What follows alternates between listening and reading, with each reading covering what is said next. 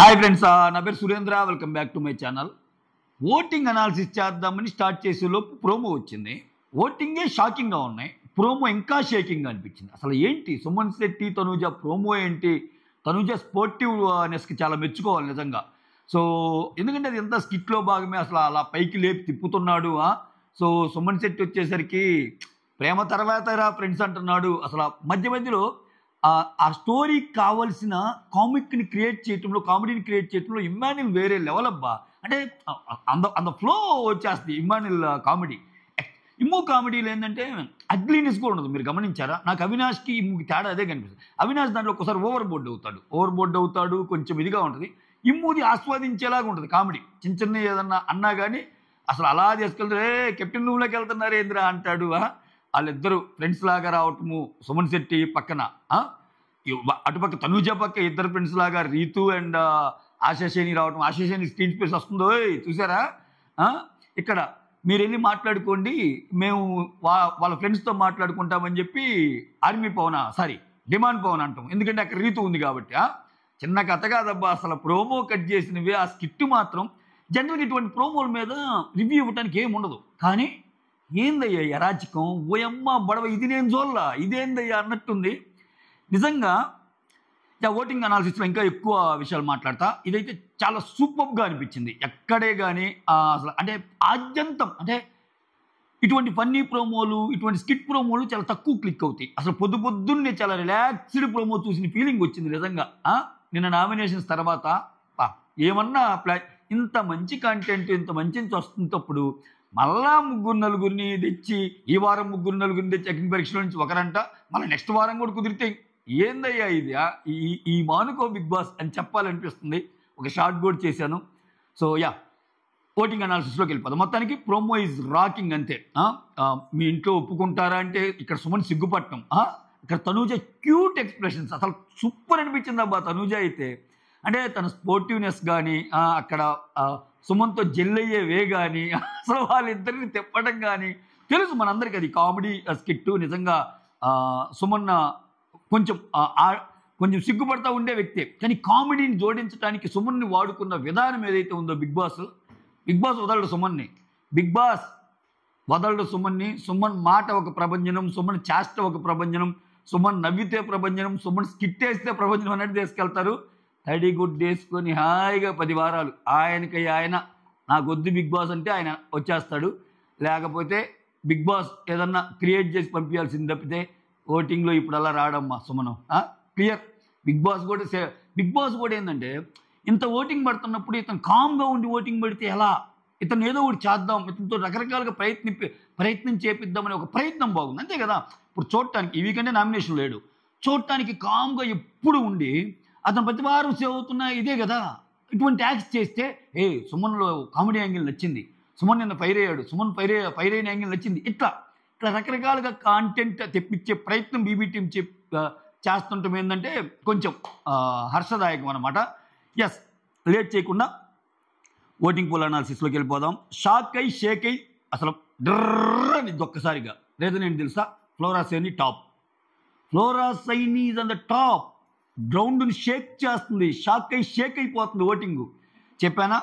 So నిన్ననే సంజన ఒక మాట అంటే జైలు దగ్గర, అరే ఈ షో అనేది ఒక సైకిల్ లాంటిది, ఆడున్నోళ్ళు ఏడున్నోళ్ళు ఆడవుతారని. నిజంగా ఏమో ఏడున్నామో ఆడికే మెల్ల పెర్ఫార్మెన్స్ పరంగా ఆడేలాకి దీనికి అసలు సంబంధమే లేదు. కొన్ని మెయిన్ పిల్లర్స్ లేవు ఓటింగ్లో. తనూజ లేదు, సంజన లేదు, ఇమ్మాన్యుల్ లేడు. వీళ్ళందరికీ కామన్ ఫేవరెట్ అయిపోయిందేమో ఫ్లోరా సైని. చూసావా? ఒక్కోసారి మన మంచే మనల్ని కాపాడిద్దంటే ఇదే. ఈసారి బ్యూటీ అదే తెలుసా? బిగ్ బాస్లో ఆడాలంటే రకరకాల షోలు చూసొచ్చి, రకరకాల గేమ్ షోలు చూసొచ్చి, వాళ్ళు అదంటే ఇది, మేము ఇదంటే ఇది అని రకరకాల ప్రయత్నాలు చేసి రచ్చలేపుదామని వచ్చిన వాళ్ళు పోయే అవకాశం ఉంది. మనీష్ పోయాడు ఫస్ట్ టైం అంటే అసలు పెర్ఫార్మెన్స్ ఏం లేదు సృష్టిది. ఇక్కడ అసలు బిగ్ బాస్ అంటే ఏమి తెలియకపోయినా నా పని నేను చేసుకొని పోతాను. సుమన్ శెట్టి లాంగ్ హోల్డింగ్ అనిపిస్తుంది. ఆశాశీని తన పాటికి తను ఉంటుంది, ప్రేమను పొందుతాను, హాయిగా పాజిటివిటీతో ఉంటాను, పోయేదేముందంటుంది. రామూరాతో తన పాటికి తను ఉంటున్నాడు, ఆయన ఏం పెద్దగా ఇది లేకపోయినా మంచి ఇన్నోసెంట్ అనిపిస్తున్నాడు. వీళ్ళందరికీ చూసావా దుమ్ము లేపుతున్నారు. అసలు ఆశాశీని టాప్లో 27% ఉంటే రామూరాతో 26, నువ్వా నేనా అన్నట్టు. అంటే ఒక 58% దాకా 55% దాకా వీళ్ళు ఇద్దరిగా పోయిందబ్బా. ఏమిరా రాజకీయం బాలరాజా. నిన్ననే ఎక్కడ అంటుంటాడు హరీష్, సో రాము టీ దాకా వెళ్ళిపోతాడని. రాము వెళ్ళడయ్యా హరీష్, తప్పు. రాము వెళ్ళడు, రాము ఉంటాడు. రాముకి ఒక రకమైన ఇప్పుడు ఫ్లోరాజైనీకి కొంచెం సింపతి ఉంది, అలానే రాముకి కూడా ఇతను అమ్మాయికుర్రా, ఇతను బిలీవ్ చేసి ఈ సీజన్లో నాకు నచ్చిన విషయం అదే. అంటే ఏదో టెక్నిక్లు పని ఏదో చేసి ఏదో కంటెంట్ రప్పిద్దాం అనే వాళ్ళతో పాటు, అరే కంటెంట్ రప్పిపోయినా వాళ్ళ బయటకు వాళ్ళు ఉన్నారా, ఓకే, అంటే దే ఆర్ బీయింగ్ దెమ్జెల్వ్స్ అన్నప్పుడు అట్రాక్ట్ అయ్యే వాళ్ళు ఉంటారు. చూడండి ఇక్కడ సోషల్ మీడియాలో మీ ఓటు ఎవరికంటే టక ఫ్లోరాసైని. సంజన నా ఫేవరెట్, బట్ సంజన లేదుగా ఫ్లోరాసైని. తనుజ నా ఫేవరెట్, తనుజ లేదుగా ఫ్లోరాసైని. ఇమ్ము లేడుగా ఫ్లోరాసైని. లేకపోతే ఇంకొకరు లేరుగా ఫ్లోరాసైని. చాలు, ఇది చాలు, ఈ మంచితనం చాలు. అంటే మిగిలిన అందరి ఫ్యాన్స్ ఫ్లోరాసైని ఫ్యాన్స్ అయ్యారు వాళ్ళు లేనప్పుడు. వాళ్ళు ఉన్నప్పుడు కూడా ఏమితో పోటీ పడే బాటమ్ కంటెస్టెంట్ ఇంకన్నా ఎవరన్నా ఉంటే ఆ టాప్లో ఉండే ఓటింగ్ వాళ్ళకేసి వాళ్ళు కొంచెం ఫ్లోరాసైనికి వేసినా కానీ మళ్ళీ బయటపడింది. అది అంటే మన మంచి ఆమె అదే అనింది నిన్న. సో నిన్న జైల్లో ఉండి ఒక మాట అంటది, ఏమంటది, నేను సాఫ్ట్గా ఉన్నాను, ఏం మాట్లాడటం లేదంటే. సాఫ్ట్గా ఉండటం మంచిదే కదా, సాఫ్ట్గా మంచిగా హానెస్టీతో జెన్యూన్గా ఉండటం మంచిదే కదా, ఇవన్నీ మంచి లక్షణాలు కదా అన్నట్టు. ఆ మంచి లక్షణాలకు అట్రాక్ట్ అయ్యారు నిజంగా. రాము రాథోడ్ ఈ సీజన్లో చేసిన తప్పల్లో ఏంటంటే ఇద్దరు లేడీస్ మధ్య ఇద్దరికి తలకాయ ఒకటం. ఇది ఒక్కటి తప్పితే అక్కడే ఆయన కొంచెం మాట మార్చినట్టు అనిపించింది. కానీ తనూజ అడిగితే ఎస్ అంటాడు, ఆమె రీతు అడిగినా ఎస్ అంటాడు. 2 వేసులు ఎట్లా చెప్తారని ఇద్దరు వేసుకుంటారు గొడవ పరంగా. బట్ అది కూడా ఆయన కలిసి వచ్చిన అంశమే, అమాయకుల్లాగా ఉన్నాడు పాపమా అన్నట్టు.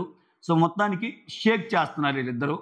అసలు చూడండి, అసలు బిగ్ బాస్ గేమ్లో ఎటువంటి అంచనాలు కానీ ఎటువంటి గేమ్ ప్లే కానీ లేని వ్యక్తులు, అంటే చాలా ప్లెయిన్గా ఉన్నారు వీళ్ళు. నేను ఎందుకు సుమన్ శెట్టి ఎగ్జాంపుల్ కూడా చెప్పాను, ఆయన కూడా చాలా ప్లెయిన్గా ఉన్నాడు, ఆయనకు ఓటింగ్ పడుతుంది. అంటే ఇక్కడ చూడండి, నెక్స్ట్ హరీష్ 13.5 అరౌండ్ 14%తో ఉన్నారు. ఉన్న కామనర్స్లో ముందుకెళ్ళేది మాత్రం హరీషే, అది పక్కా. సో ఎందుకంటే అతని కంటెంట్ అవసరం అయింది బిగ్ బాస్కి ఖచ్చితంగా. ఏదో ఒక రోజు హరీష్ ఏంటంటే అంతమందికి సమాధానాలు చెప్పే ప్రాసెస్లో శ్రీజ ప్రియ చెప్పేటప్పుడు ఏంటంటే పాయింట్స్ ఉన్నా కానీ ఇరిటేషన్ వస్తాయి. ఇక్కడ హరీష్ చెప్పేటప్పుడు ఏంటంటే పాయింట్స్ ఉంటాయి, షోకి అవసరమైన ఇది వస్తుంది, ఫైర్ వస్తుంది. కొన్ని తప్పులు ఉంటాయి, ఆయన డైలాగులు కొన్ని తప్పులు ఉంటాయి, అయినా కానీ ఒక చర్చ జరిగిద్ది, ప్రతి డైలాగు సెన్సేషన్ అయ్యిద్ది. ఖచ్చితంగా హరీష్ కంటెంట్ అవసరమైద్ది.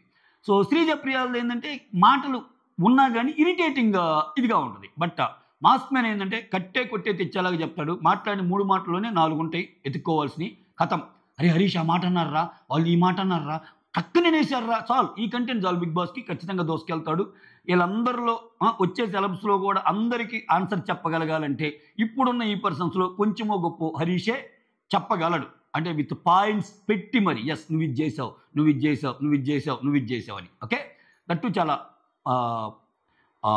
ఆర్గ్యుమెంటల్ స్కిల్స్ కూడా బాగుంటాయి కాబట్టి హరీష్కి ఆల్రెడీ ఒక ఫ్యాన్ బేస్ ఉంది. సో దాని పరంగా హరీష్ ముందున్నాడు. ఇది మిగిలిన నలుగురిలో నామినేషన్లో ఉన్న మిగిలిన నలుగురిలో. So Flora first, Ramu second, Harish third. Kalyan Padala 12.9తో 4th ఉన్నాడు. అసలు విడిగా కళ్యాణ్ పడాలకి ఎంత ఉంది ఫ్యాన్ బేస్, విడిగా అగ్ని పరీక్షలో ఇప్పుడు ఇది కనిపిస్తుందా? అసలు హరీష్కి అసలు ఓటింగే లేదు కళ్యాణ్ పడాలతో పోలిస్తే. చూసావా, గేమ్లో కూర్చి పోగొట్టుకోవటం అంటే అది.